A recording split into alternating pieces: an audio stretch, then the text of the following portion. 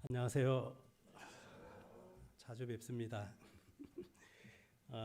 오늘은 하나님을 찬양하는 삶,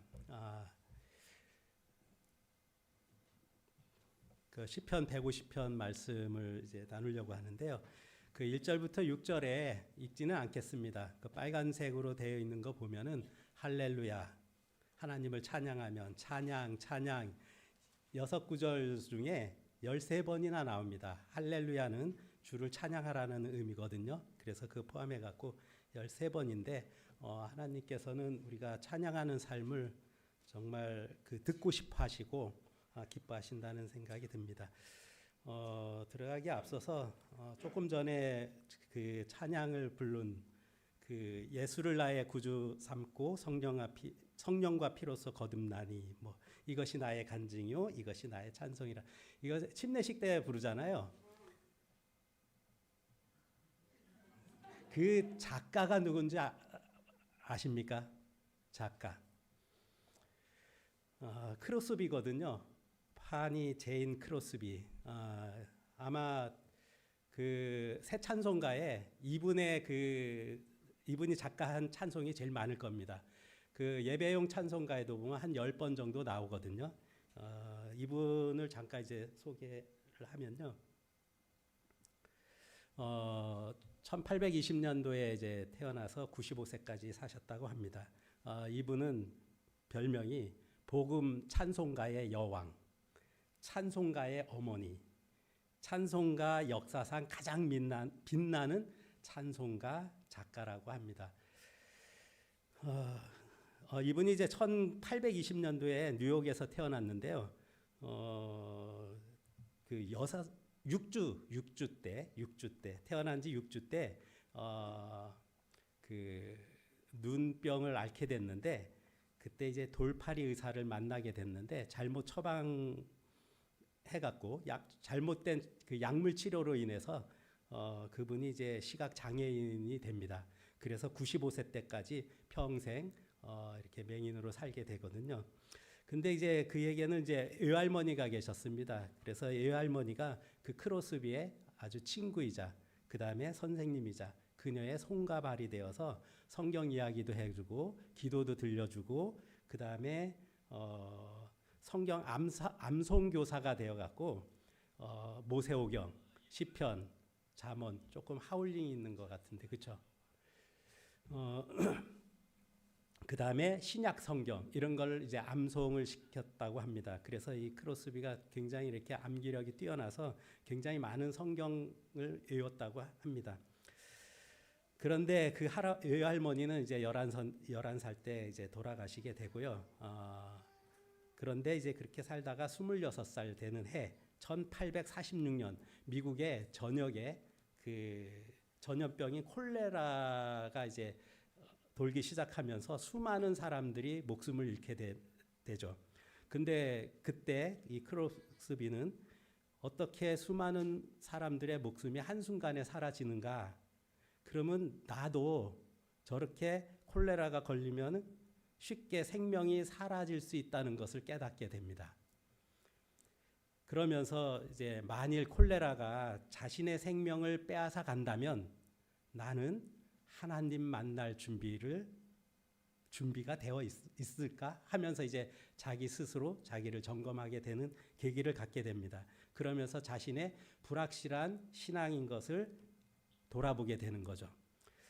그러던 중에 이제 30살 되었을 때 4년 뒤에 1850년도에 브로드웨이라는 예배당의 부흥 집회에 참석하게 됩니다. 근데 그 참석하게 됐는데 거기서 부른 찬양이 그 예배용 찬송가 72장 그 웬 말인가 날 위하여 돌아가셨네. 새 찬송가는 143장인데요. 그 웬 말인가 날 위하여 주 돌아가셨나. 이 벌레 같은 날 위에 큰 해 받으셨나. 내 지은 죄 다 지시고 못 박히셨으니 웬일인가 웬 은혜인가 그 사랑 크셔라. 이 찬양을 가사를 생각하면서 찬양을 부르게 될 때 그 가사 내용이 그 크로스비의 마음에 가슴에 못 박히게 됐다고 해요. 그러면서 자신이 죄인인 걸 깨닫고 주님이 나 같은 죄인을 위해 돌아가셨구나. 이런 사실이 믿어지게 되었다고 합니다. 그러면서 영적인 눈이 열리게 되고 주님의 십자가 부활의 의미도 알게 되고 그 다음에 주님을 향한 이제 새로운 어떤 세계가 열리는 어떤 계기가 되었다고 합니다. 그런데 이제 그 이후로 그 자신에게는 그 크로스비에게는 찬양의 시를 쓰는 그 재능이 있었다고 해요. 그래서 그 재능이 있음을 발견하고 그 이후부터 찬송시를 쓰기 시작했다고 합니다. 그래서 30살 때부터 95세, 60년 동안 한 몇 곡 정도 저 찬송가를 썼을 것 같아요. 자그마치 9,000곡 정도를 지었다고 합니다. 우리가 알려진 거는 뭐 한 20곡 정도 되는데요. 그래서 크로스비의 일화를 소개해 드리려고 합니다.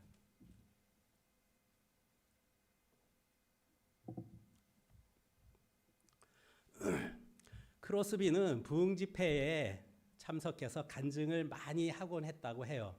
그래서 어느 날 부흥 집회에서 어느 목사님이 크로스비를 동정하면서 이런 말을 했어요. 창조주 하나님께서 당신에게 그렇게 많은 선물을 주셨는데 세상을 볼 수 있는 시각을 선물로 주시지 않은 것은 참으로 유감스러운 일입니다. 그때 크로스비는 이렇게 대답했어요. 목사님, 제가 태어날 때 하나님께 기도를 할 수 있었다면 저는 맹인으로 태어나게 해달라는 기도를 했을 것입니다. 목사님은 깜짝 놀랐죠.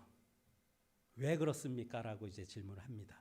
그랬더니 크로스비가 왜냐하면 내가 천국에 이르렀을 때 내 눈이 제일 먼저 보고 좋아할 수 있는 얼굴이 나의 주님의 얼굴이기 때문입니다. 그분이 평생 어떻게 살았는지 이제 느낌이 오잖아요. 전 이걸 보면서 와, 크로스비 마음엔 정말 하나님밖에 없었구나. 하나님만이 그의 소망이었구나. 이런 생각이 들었습니다. 또 크로스비는 자신이 맹인이라는 사실을 조금 더 불편하게 생각하지 않고 오히려 감사하게 받아들이며 이렇게 고백합니다. 하나님은 나의 육신의 눈을 멀게 하신 대신에 나의 영의 눈을 열어주셨습니다. 내가 영의 눈으로 하나님을 바라보며 하나님 찬양을 위해 살고 다른 사람들도 하나님을 찬양하도록 찬양시를 쓰게 하셨음을 나는 믿습니다. 만약 내가 육신의 눈을 떠서 세상의 것으로 인해 영적 장애를 받았더라면 어찌 그토록 많은 찬송시를 쓸 수 있었겠습니까? 인생이 그다지 길지 않기에 복음을 듣지 못한 사람들에게 저는 찬양으로 복음을 전하렵니다. 이렇게 고백했다고 해요. 30세부터 65년 동안 90세가 되도록 찬송시를 9천여 편을 이제 썼는데 계산을 해봤어요. 일주일에 몇 곡 정도 작사를 해야지만 9,000곡이 되는가? 두들겨 보니까 일주일에 3곡 정도입니다. 저는 일주일에 그 예배 드릴 때 감사 기도문을 쓰는데 벅차거든요. 일주일에 하나도. 크로스비는 장애를 가지고 있지만 더 이상 장애가 문제가 되지 않았습니다. 인생의 목적인 하나님을 찬양함에 늘 젖어 살면서 기쁨이 충만했기 때문입니다. 그가 그렇게 살아갈 수 있었던 원동력은 찬양의 시를 쓰면서 그 속에 나타나는 하나님에게 늘 마음이 젖어 있었던 것 같아요. 그러니까는 그 맹인이 된 이런 부분도 그에게는 문제가 되지 않았고 기쁨이 충만했다고 합니다. 사도행전에 보면은 이런 말씀이 있습니다. 이 백성에게 이 말을 전하여라. 너희가 듣기는 들어도 깨닫지 못하고 보기는 보아도 알지 못할 것이다. 그것은 이 백성의 마음을 무디어졌기 때문이다. 그들은 귀가 먹고 눈이 감겨져 있다. 그렇지 않았다면 그들이 눈으로 보고 귀로 듣고 마음으로 깨달아 내게로 돌아섰을 것이고 그러면 내가 그들을 고쳐주었을 것이다. 이스라엘 백성들은 유대인들은 마음이 무뎌졌다. 마음이 완악해졌다. 개역 한글 성경은 완악해졌다 이렇게 표현되어 있어요. 무감각했다는 거죠. 그러기 때문에 그들이 귀가 있지만 눈이 있지만 듣지 못하고 보지 못하고 깨닫지 못하고, 근데 그들이 만약에 그렇지 않았다면, 그들이 정말 둔해지지 않고 민감했다면 하나님이 그들에게서 내게로 돌아섰을, 그러니까 그들이 하나님께로 돌아섰을 것이고 내가 그들을 고쳐주었을 것이다라는 말씀이잖아요. 그래서 유대인들이 그걸 거절함으로 인해서 28절, 그러므로 여러분은 하나님의 구원이 이방 사람들에게로 갔고 그들은 그 말씀을 받아들이게 될 것이라는 사실을 알아야 할 것입니다. 유대인들이 하나님의 구원을 거절함으로 인해서 이방인인 우리에게 구원이 오게 됐다라는 그런 의미잖아요. 그래서 하나님께서 유대인들을 구원하려고 했지만 그들의 마음이 완악하여 예수 그리스도를 배척했습니다. 그래서 하나님의 구원이 이방인들에게 오게 되어 우리가 하나님의 자녀가 되는 은혜를 입게 된 것이죠. 예레미야서에 보니까는 나 주가 말한다. 허리띠가 사람의 허리에 붙어 있는 것처럼 나도 이스라엘과 유다를 내 몸의 허리띠처럼 내게 꼭 붙어 있게 하려 했다. 그래서 그들을 내 사랑하는 백성으로 삼아 그들로 내 이름을 빛내게 하고 내게 영광을 돌리며 나를 찬양하게 하려 했다. 그러나 그들은 내 말을 듣지 않았다. 아까는 구원에 대한 부분이고 지금은 찬양에 대한 부분이었죠. 하나님께서는 그들을 허리띠가 항상 이 옆구리에 차고 다니잖아요. 그런 것처럼 허리띠처럼 내게 꼭 붙어있게 아주 밀착해서 다니고 싶었던 거죠, 하나님은. 그런데 그러면서 그들이 내 사랑하는 백성으로 삼고 내 이름을 그들로 인해서 빛내게 하고 내 영광을 돌리게 하고 나를 찬양하게 하려고 했죠. 근데 그들은 내 말을 듣지 않았다. 그것이 이제 사도행전에서 그것이 이제 유대인들에게 안 되니까 이방 사람들에게 이제 돌아오게 된 거죠.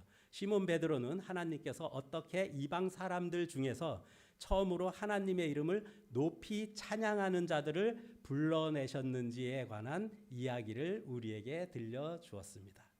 유대인들이 찬양을 안 하니까 하나님께서 이방인들을 통해서 찬양을 듣고 싶어 하시는 거죠. 그래서 이방인들을 불러서 처음으로 하나님의 이름을 높이 찬양하는 자들을 불러내셨다라는 거죠. 이방인들의 구원도 궁극적으로 하나님의 영광의 그 목적이 있죠.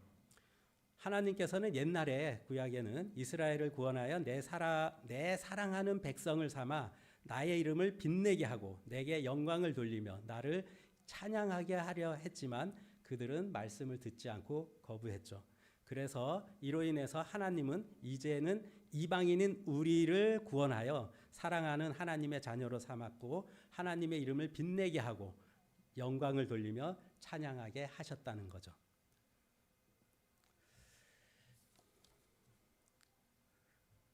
잘하는 말씀이죠. 하나님이 우리를 창조하고 구원하신 목적. 다시 한번 보겠습니다. 이사야서입니다. 야곱아 너를 창조하신 여호와께서 지금 말씀하시느니라. 이스라엘아 너를 지으신 이가 말씀하시느니라. 너는 두려워하지 말라. 내가 너를 구속하였고 내가 너를 지명하여 불렀나니 너는 내 것이라.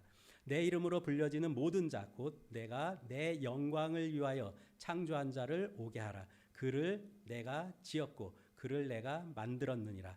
이 백성은 내가 나를 위하여 지었나니 나를 찬송하게 하려 함이니라. 요 세 절 속에는 여호와, 내가 굉장히 여러 번 나오거든요. 1절에는 5번 나오고요. 7절에는 5번, 21절에는 3번 정도 나옵니다. 하나님이 자신에 대해서 뭘 원하는지 굉장히 강조해서 말씀하고 있는 거잖아요. 그것이 뭐냐면 하나님은 자신의 영광을 위해서 우리를 창조하셨다는 거죠. 그래서 창조한 자를 내게로 오라고 하고 그 다음에 하나님이 우리를 또 구속하신 목적은 하나님을 위하여, 하나님의 영광을 위하여, 그 다음에 하나님을 위하여 나를 찬송하게 하기 위해서 우리를 구속했고 우리를 창조하셨다라는 것을 말씀하고 있죠. 그래서 사람을 창조하시고 구속하심은 하나님의 영광을 위하고 찬양하기 위함입니다. 이것이 구약 시대뿐만 아니라 신약에 와서도 신약 성경에 보면 굉장히 많이 하나님의 자녀로부터 이제 찬양하는 어떤 그런 구절들이 많이 나오죠. 그걸 이 시간에 좀 소개해 드리려고 합니다. 자, 먼저 구약에 하나님을 찬양해야 할 필요성 아니면 찬양의 중요성 이런 것을 시편을 중심으로 한번 좀 찾아봤습니다. 시편 30장에 보면요. 30편 주님을 믿는 성도들아 주님을 찬양하여라. 그 거룩한 이름을 찬양하여라. 주님을 믿는 성도들 우리가 성도잖아요. 그러면 뭐 주님을 찬양하라는 거예요. 12절 내 영혼이 잠잠할 수 없어서 주님을 찬양하렵니다. 정말 주님을 향해서 참 올바르게 믿음의 생활을 하는 사람은 이것과 연결되어야 한다라는 생각이 듭니다. 주 나의 하나님 내가 영원토록 주님께 감사를 드리렵니다. 시편 35편입니다. 여호와라는 이름만 들어도 즐거움이 넘칩니다. 이 몸 건져주시니 한없는 기쁨이 솟구칩니다. 여호와여 내 뼛속까지 사무치는 기쁨을 고백합니다. 주님 같으신 분 세상에 또 어디 있을까요? 이 말씀을 읽어보면서 자신을 한번 이렇게 돌아보시기를 바랍니다. 정말 주님의 이름만 들어도 주님의 성품만 우리가 들어도 정말 즐거움이 넘치고 기쁨이 솟구치는가 내 뼛속까지 사무치는 기쁨을 내가 고백하고 있는가 주님 같으신 분 세상에 또 어디 있을까요? 47편입니다. 하나님께서 온 땅을 다스리시는 왕이시니 너희는 시를 지어 그분을 찬양하여라. 그냥 하나님 찬양합니다. 그게 아니고 하나님과 하나님의 어떤 이름, 성품을 시를 지어서 찬양하라는 거예요. 내가 56편입니다. 내가 하나님을 신뢰하고 하나님 말씀을 찬양합니다. 어떤 성경에는 하나님 말씀만 찬양합니다. 이렇게 되어 있습니다. 내가 주를 신뢰하고 주의 말씀만을 찬양합니다. 이거 합해보면은 어떤 생각이 든가요? 주님의 말씀을 근거로 해서 시를 지어서 주님을 찬양하라는 거죠. 우리의 삶의 궁극적인 목적은 하나님의 영광을 드러내고 성경 말씀을 근거로 하여 시를 지어 찬양하는 것입니다. 단순히 어떤 음악적 자질이나 어떤 음성에 있지 않고 하나님께서 하나님이 되심을 신뢰하고 경외하며 찬양하는 것입니다. 크로스비가 지은 찬양의 가사를 가만히 보면 거의 성경 말씀을 근거로 해갖고 찬양의 시를 썼거든요. 그러니까 그분은 정말 평생 그렇게 사니까 얼마나 그분 마음에 기쁨이 넘쳤을까. 정말 하나님의 이름만 들러도 막 설레이고 정말 행복했을 것 같아요. 108편, 그 다음에 시편 57편 같은 거의 비슷한 내용이거든요. 하나님 내가 마음을 굳게 정했습니다. 확정했습니다. 우리가 보는 성경 그렇게 되어 있습니다. 그러므로 내가 마음을 다하여 주님을 기리고 찬양하렵니다. 내가 확실히 마음 정했습니다. 뭐에 대해서요? 마음을 다해서 주님을 기리고 찬양하겠습니다. 비파야 수구마 깨어나라 내가 새벽을 깨우리로다. 킹 표준형에 보면은 나 자신도 일찍 깨어나겠노라. 자, 하루를 새롭게 여는 가장 신선한 새벽은 우리의 심령을 더욱 정결하고 경건하게 하는 시간이죠. 그래서 이 저자는 만물이 고요히 잠든 새벽부터 고귀한 마음 상태로 하나님을 찬양할 것을 다짐하고 있는 것으로 보아 그의 신앙 자세가 어떠함을 우리는 짐작하게 되죠. 그럼 나는 주님을 어떤 자세로 지금 만나고 있는가?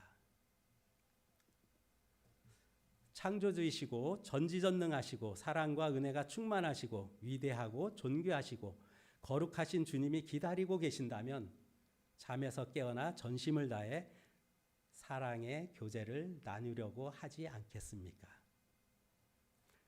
아침에 일어났을 때 일어나서 조용한 시간 말씀 읽고 싶은데 잠을 못 이겨서 막 갈등하시는 분은 정말 창조주시고 전지전능하시고 사랑과 은혜가 충만하고 위대하고 존귀하고 거룩하신 주님이 저쪽에서 날 기다리고 계시네 하면서 잠깐 한번 생각해 보면 벌떡 일어나게 되거든요. 시편 69편입니다. 그때 이 몸은 주의 이름을 찬양하겠고 감사의 노래로 주께 영광을 돌리겠습니다. 그렇게 하는 것이 소를 잡아 바치는 것보다, 뿔 달리고 굽 달린 황소를 잡아 바치는 것보다 주님을 더욱 기쁘게 할 것입니다. 우리는 주님을 기쁘게 하기 위해서 소 잡고 뿔 달린 굽 달린 황소를 잡으려고 애쓰지 않나요? 먼저가 주님의 이름을 찬양하고 주님께 감사하고 영광을 돌려야 하지 않을까요? 그것이 주님을 더욱 기쁘게 한다라는 거죠. 32절입니다. 또 이것을 보고는 겸손하고 온유한 사람들마다 모두 기뻐할 것입니다. 너희 하나님을 찾는 사람들아, 너희의 심장이 기쁨으로 고동치리라. 하늘아 땅아 하나님을 찬양하여라. 바다야 그 안에 살고 있는 모든 피조물들아 주를 찬양하여라.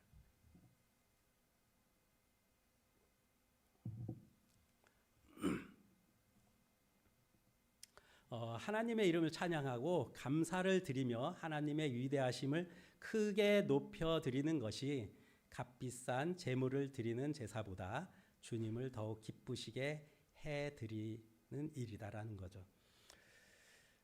71편입니다. 주를 찬송함과 주께 영광 돌림이 종일토록 내 입에 가득하리다. 하루에 한 번도 아니고 종일토록. 104편은 내가 살아있는 동안 일평생 나의 하나님을 찬양하리라. 우리는 지금 어떤 삶을 살아가고 있는가요?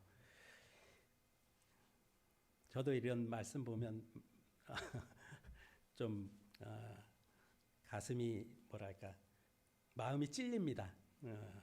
기껏해야 뭐 아침에 일어나서 한 번 정도 하는데 여기서 보면 이 시인은 종일토록 평생 동안 쉬지 않고. 자, 135편은요. 할렐루야. 킹제임스 버전은 너희는 주를 찬양하라 이렇게 번역되어 있습니다. 주의 이름을 찬양하여라. 주의 모든 종들아 소리 높여 주를 찬양하여라. 주의 성전에서 우리 하나님의 집들에서 주를 섬기는 자들아, 주를 섬기는 자들아. 현대 성경은 예배하는 이들아, 예배하는 자들아. 예배할 때 3절입니다. 주님은 선하시니 주를 찬양하여라. 주님의 이름은 아름다우니 주님의 이름을 찬양하여라. 주님의 이름, 주님의 어떤 성품, 그것을 우리가 찬양을 하라는 거죠. 147편입니다. 할렐루야. 우리 하나님을 찬양하는 일이 선함이며 찬송하는 일이 아름답고 마땅하도다. 우리는 선하게 살려고 해요. 아름답게 살려고 하잖아요. 근데 이 말씀에서는 찬양하는 일도 선하다는 거죠. 찬양하는 일이 아름답다라는 거죠. 148편입니다. 청년들과 처녀들아 노인들과 아이들아 주를 찬양하라. 남녀노소 모두 다 주를 찬양하여라. 자, 나이가 많아. 나는 나이가 들어서 나는 뭐 몸도 쇠약해져서 어떻게 찬양을 해. 나는 너무 어려서 뭔 찬양을 해. 그런데 나이가 많아 이미 늙었고 몸이 쇠약해진 노인과 나이가 어린 아이들이라 할지라도 하나님께 찬양을 하지 않아도 될 것이라는 생각을 버려야 합니다. 이유가 없다는 거죠. 목숨이 붙어 있는 동안은 늘 주님을 찬양하라고 말씀하고 계십니다. 하나님을 가까이에서 섬기는 아이와 청년과 노인인 모든 성도들은 소리 높여 다 함께 위대하신 주님의 이름을 찬양하라고 하십니다. 자, 오늘 이제 본문 말씀입니다. 이 내용은 다음부터 이렇게 한 절씩 쉬운 성경으로 이제 읽고 말씀드리겠습니다. 여호와를 찬양하십시오. 주의 성전에서 하나님을 찬양하십시오. 주의 크신 하늘에서 그분을 찬양하십시오. 찬양하십시오. 자, 이것은 땅과 하늘을 포함한 하나님이 임재하시고 역사하시는 모든 장소, 거기로부터 하나님을 찬양하라는 내용입니다. 주님의 성전에서, 주의 크신 하늘에서 주님을 찬양하라. 어떤 장소에서든지 하나님이 임재하시는 곳에서 찬양할 내용이죠. 2절입니다. 주께서 하신 능력 있는 일들에 대해서, 주님의 하신 능력에 대해서 주를 찬양하라는 거죠. 주의 뛰어난 위대하심에 대해서 주님을 찬양하라는 거죠.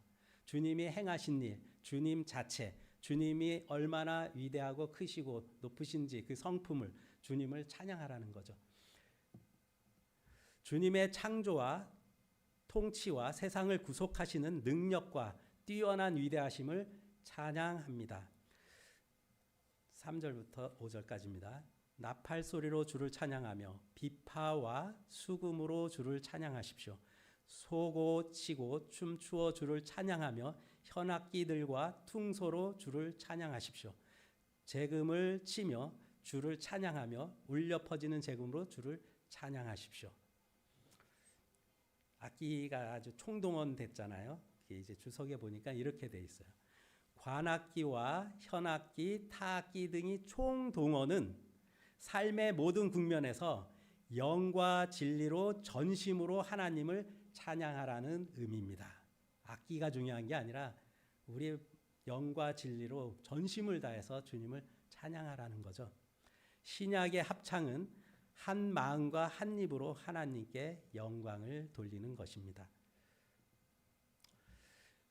6절입니다. 숨을 쉬는 모든 것들이여 여호와를 찬양하십시오. 여호와를 찬양하십시오.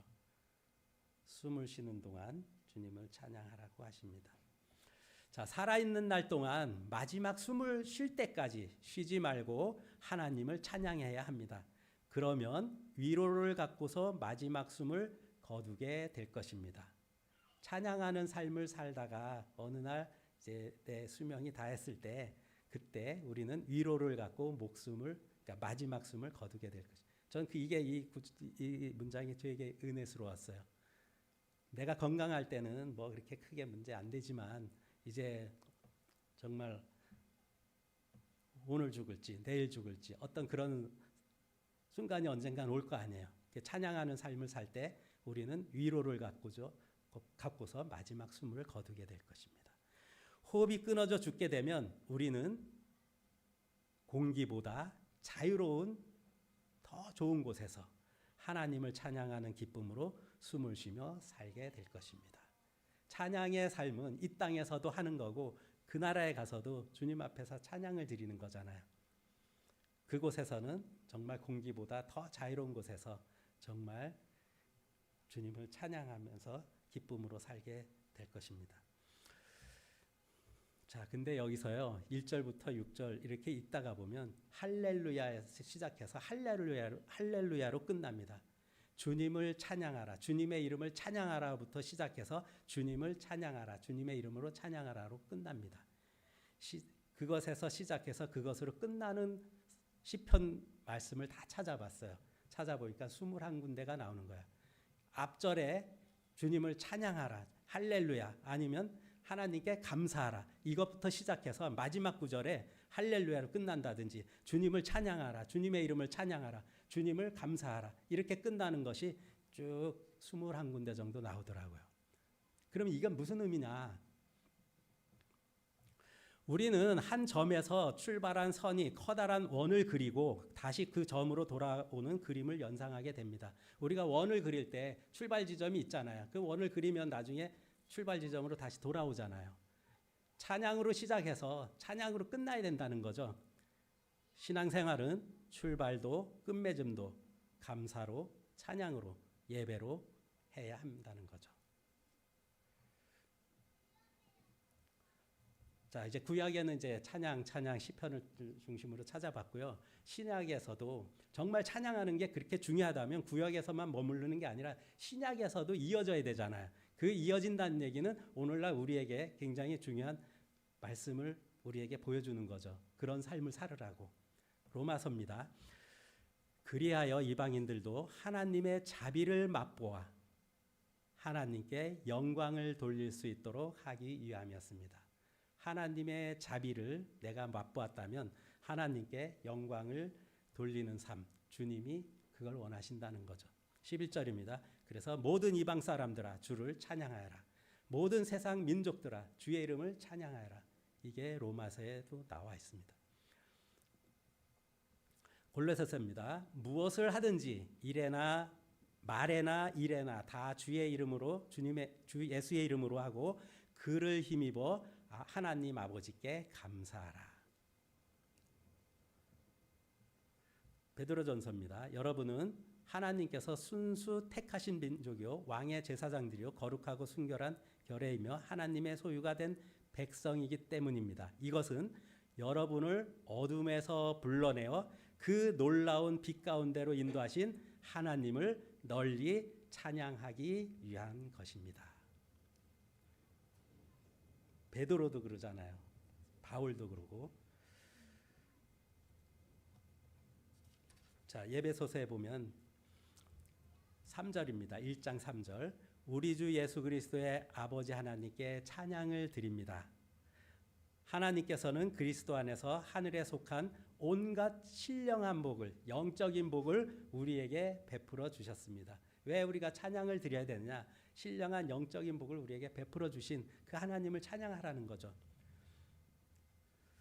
그리스도를 통하여 온갖 하늘에 속한 영적인 축복을 베풀어 주신 하나님을 찬양하라고 하십니다. 제가 영 숫자 0을 친 거는 제가 분별한 거는 3절은 두루뭉실한 커다란 것을 찬양하라고 하고 그 다음에 6절에 가서 이제 4절 5절에 있는 것을 이제 그 6절 우선 6절 보고요. 그것은 그러니까 4절 5절 쭉 나오고 그것은 뭔가 나오거든요.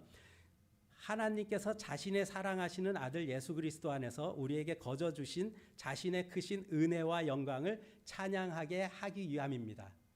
4절, 5절, 그다음 6절. 그럼 4절, 5절이 이런 내용입니다. 거저 주신 사랑으로 흠없이 거룩한 자로 하나님의 자녀인 양자로 삼아 주신 그 내용이 4절, 5절 내용입니다. 그 하나님의 영광을 찬양하라고 하십니다.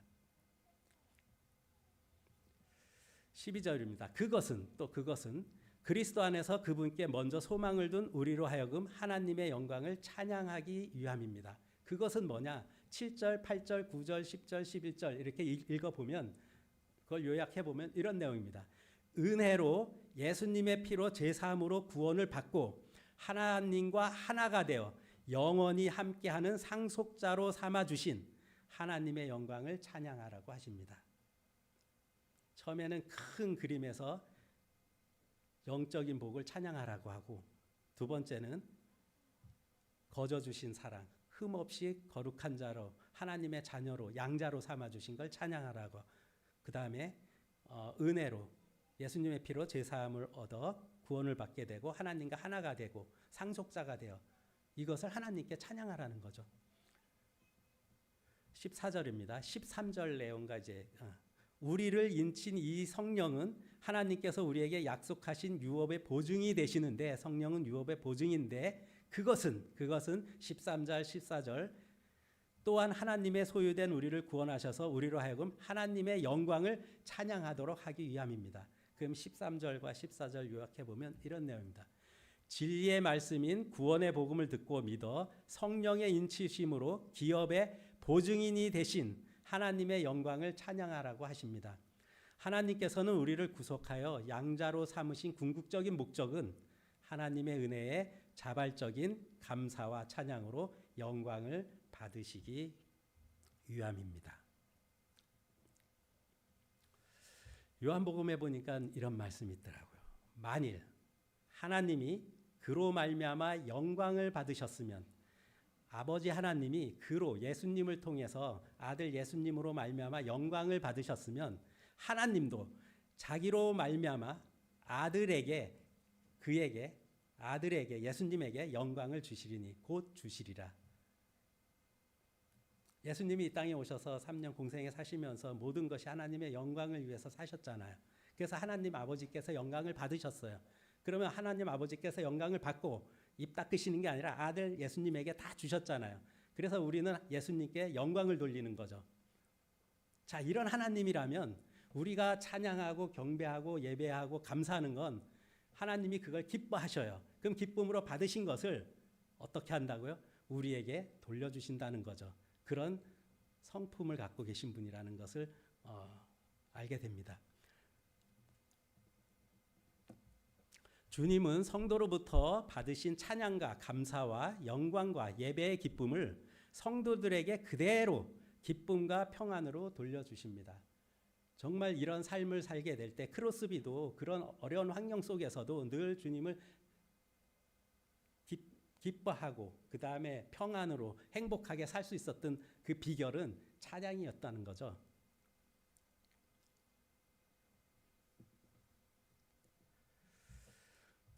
형제들이여, 이제 이 편지를 끝맺기 전에 한 가지 일러둘 말이 있습니다. 빌립보서에 보면 마지막으로 이제 끝맺기 전에 일러둘 말이 있는데, 하나님께 찬양과 기쁨을 드리는 일만을 생각하십시오. 마지막으로 끝맺는 인사가 하나님께 찬양과 기쁨을 드리는 일만을 생각하십시오.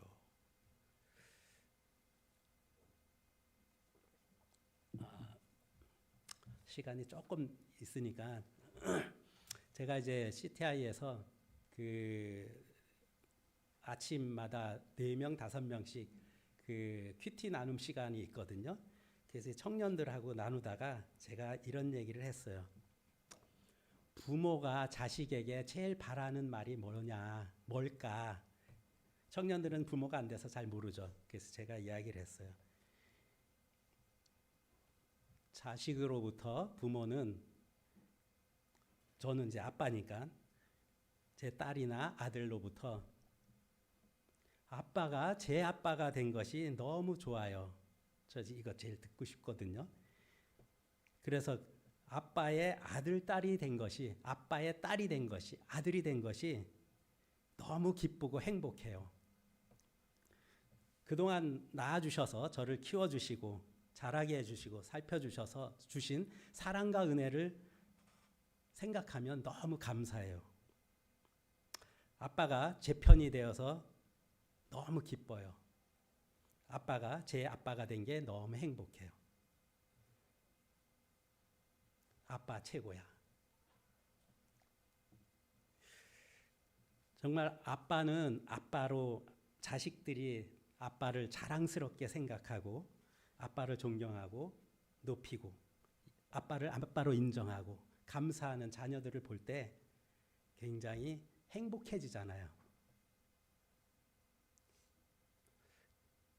그러면서 제가 그랬어요. 부모님한테 그러면 아마 지갑이 열릴 거다고. 그랬더니 맞아요 그러는 거야, 한 학생이. 그래서 왜 그랬더니 제가요 어제 말씀 듣다가 부모님이 너무 생각이 났어요. 부모님의 사랑과 은혜가 너무 생각이 나서 제가 모임 마치고 전화를 드렸어요. 아빠 저 키워줘서 너무 고마워요. 너무 행복해. 아빠가 제 아빠가 된 게 너무 좋아요. 그랬더니 그 다음날 용돈을 보내줬대요. 정말 사람도 그래요. 정말 하나님께 우리가 찬양과 감사의 그 예배의 삶은 정말 하나님이 흡족하게 받으시죠. 어떤 것보다. 그러면 그걸 받으시고 우리에게 돌려주신다는 거죠.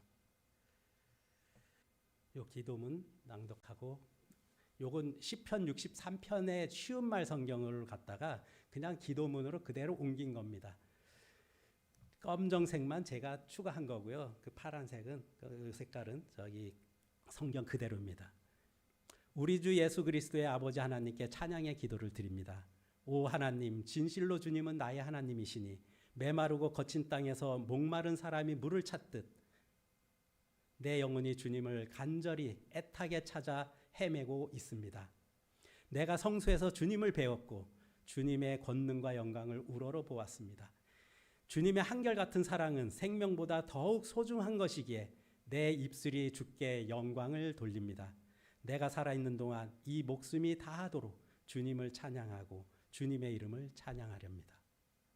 주로 인하여 내 영혼이 아주 충만하고 만족하니 내가 입술을 크게 열어 기쁨으로 주님을 찬양하렵니다. 내가 주님만을 생각하고 주님만을 그리워합니다. 우리 주 예수 그리스도 이름으로 기도했습니다. 감사합니다.